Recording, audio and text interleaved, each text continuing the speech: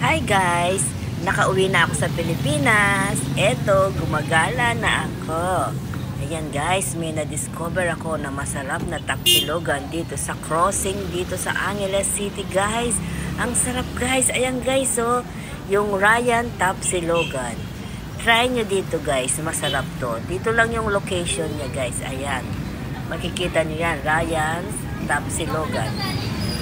Sa harapan niya guys, maraming nagtitinda dyan ng mga nagpa-barbecue. Yan.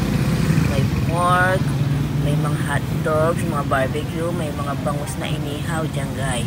Tara guys, pasok na tayo guys. Tignan nyo ang mga menu. Ang mura pa.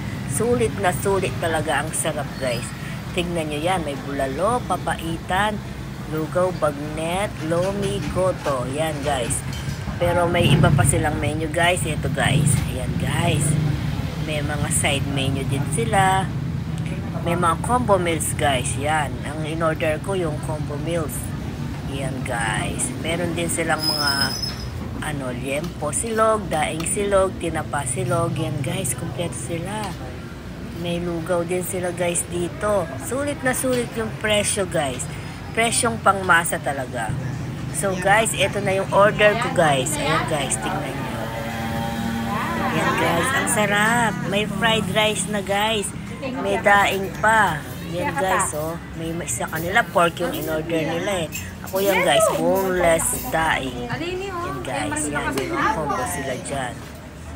Try nyo guys, masarap to.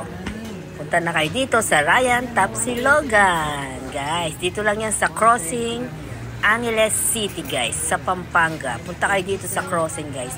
Makikita nyo sa crossing to guys. Hanapin nyo lang yung Ryan's Tapsilogan.